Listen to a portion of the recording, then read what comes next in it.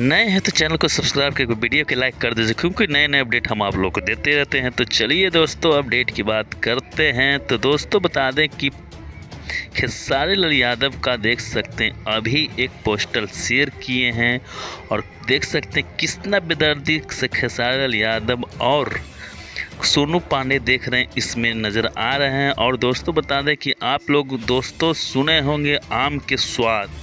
हाँ दोस्तों, लोकगीत में आम के स्वाद सुने होंगे, मगर दोस्तों भोजपुरी सावन गीत जो कि खेसारी लाल यादव का गाया हुआ भांग के स्वाद कल रिलीज होने जा रहा है। दोस्तों गाना कल रिलीज होने वाला है दोस्तों, भांग के स्वाद खेसारी लाल यादव का।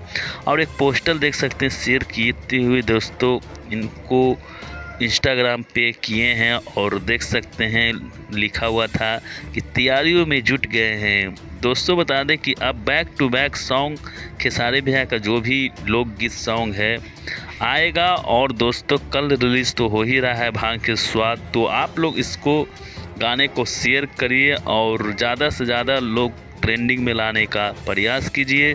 तो क्या है राय, आप लोग कमेंट्स करके ज़रूर बताइएगा मेरे वीडियो में। तो मिलते हैं एक नेक्स्ट वीडियो में एक नए अपडेट के साथ। जय बिहार, जय भोजपुरी, वंदे मातरम, जय हिंद।